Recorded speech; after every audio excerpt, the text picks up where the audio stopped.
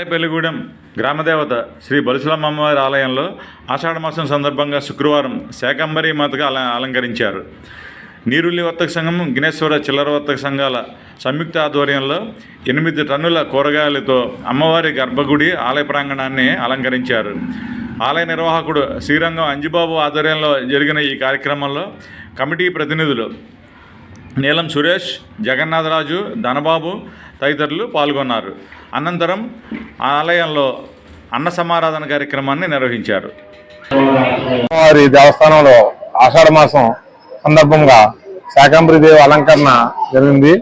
దీనికి స్థానిక ఎమ్మెల్యే బొలిశెట్టి శ్రీనివాస్ గారు, వారి అబ్బాయి రాజేష్ గారు, అలాగే స్థానిక తెలుగుదేశం పార్టీ ఇన్ఛార్జ్ ఉలవల బాబ్జీ గారు, వీళ్ళందరూ సహకారాలతో అమ్మవారికి అలంకరణగా అవి జరిపించబడింది. అలాగే ఈ అలంకరణలో వివిధ రకాల కూరగాయలు అన్ని నీరుల్లో కూరగాయల వర్తక సంఘం, విఘ్నేశ్వర కూరగాయల వర్తక సంఘం వారి సహకారంతో ఈ అలంకరణ జరిపించడం జరిగింది.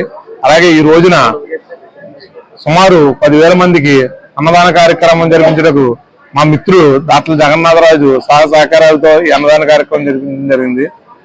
భక్తులు విశేషంగా ఇచ్చేసి అమ్మవారిని దర్శించుకుని అమ్మవారు తీర్థప్రసాదాలు స్వీకరించి ఉన్నారు.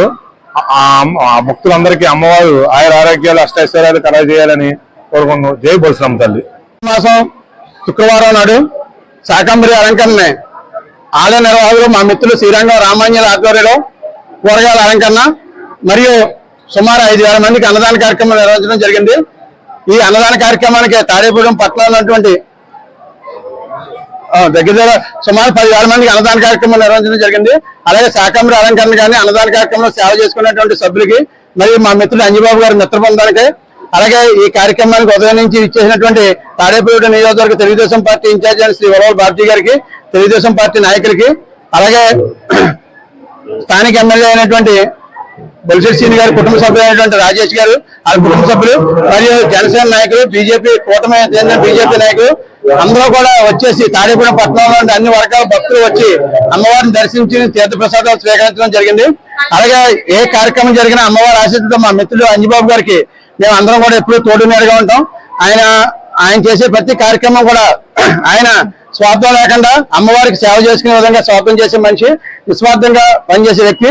ఆ వ్యక్తికి మా మిత్రులు అటువంటి మిత్రులు మా మిత్రులు అని చెప్పుకోవడం నిజంగా మాకు గర్వకారణం.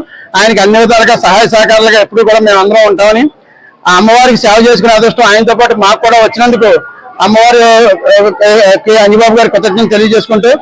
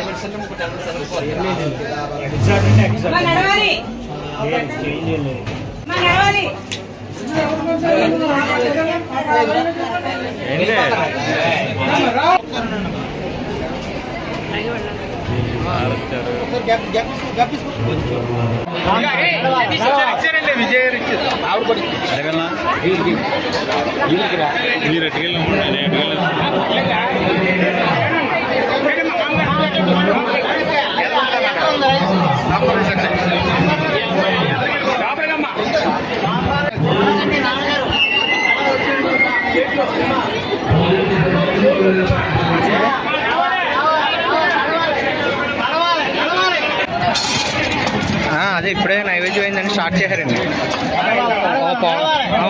పావు గంటలు వచ్చాయండి సార్.